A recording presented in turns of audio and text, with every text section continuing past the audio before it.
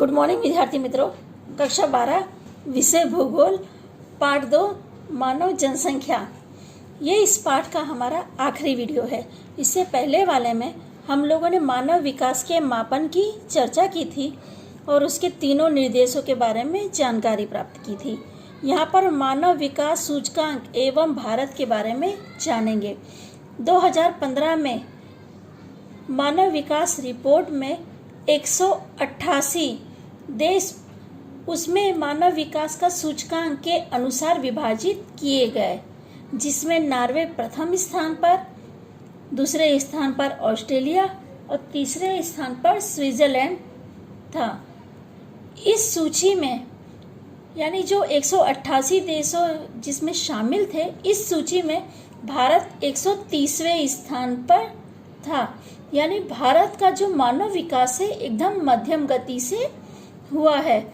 ऐसे तो हम अपने आप को विकासशील देशों में मानते हैं, पर इस रिपोर्ट को देखने के बाद ये पता चलता है कि जो मानव विकास है ये हमारा मध्यम गति से हुआ है। पहले की तुलना में भारत का स्थान आगे बढ़ रहा है।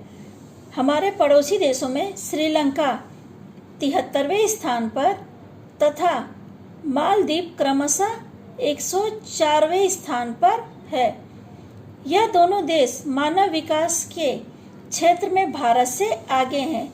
इस सूची में भूटान, बांग्लादेश, नेपाल, पाकिस्तान, अफगानिस्तान भारत से पीछे हैं। भारत की जनसंख्या विषयक नीति 2000।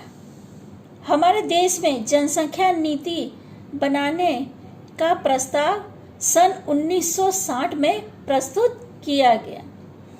उसके बाद में सन 1976 में देश की प्रथम जनसंख्या नीति की घोषणा की गई।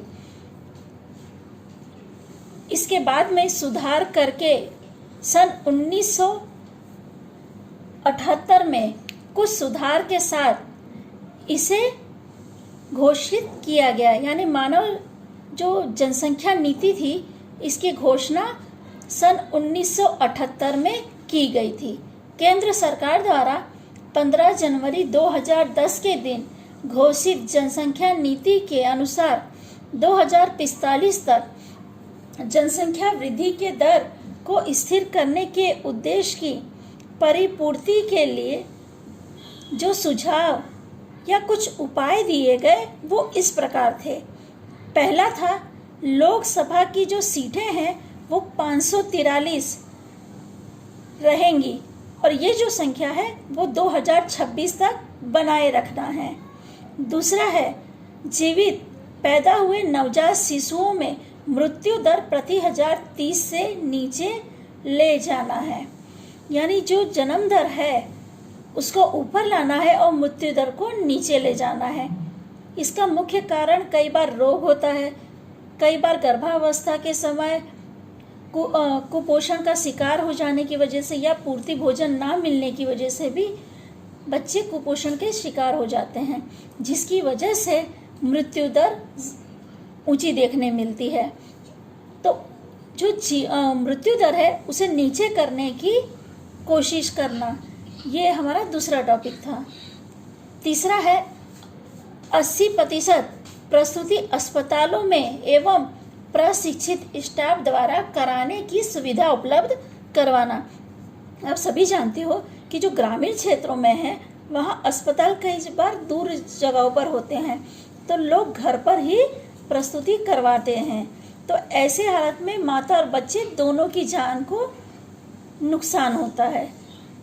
तो सरकार ने यह सोचा है कि ऐसी नीति लागू की जाए कि हर जगह अस्पताल की सुविधा उपलब्ध करवाई जाए और अस्पतालों में प्रशिक्षित स्टाफ रखे जाएं, जिससे कि मृत्यु दर नीचे लाने में मदद साबित हो।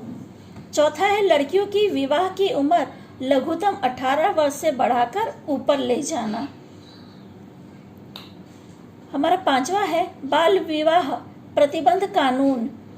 ये कानून बहुत पहले से लागू कर दिया गया है, लेकिन आज भी कई जगह बाल विवाह देखने को मिलते हैं। तो ऐसे कड़े कानून लागू करने चाहिए कि बाल विवाह पर पूरी तरह से रोक लगाया जा सके।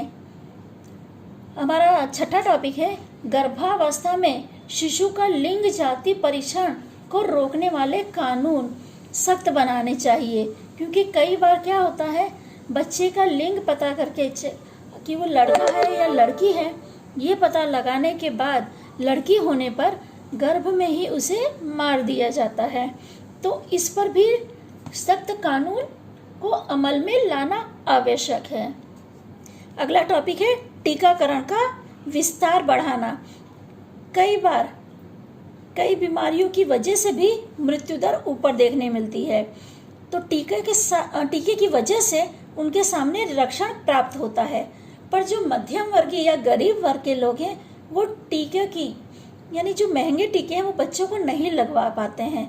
तो ऐसे समय पे ये नीति मदद रूप साबित होगी कि जो मध्यम वर्गीय या जो गरीब वर्ग के लोग हैं उनको टीके मुफ्त में उपलब्ध करवाए जाएं, जैसे उन बच्चों का रोगों के सामने संरक्षण हो सके।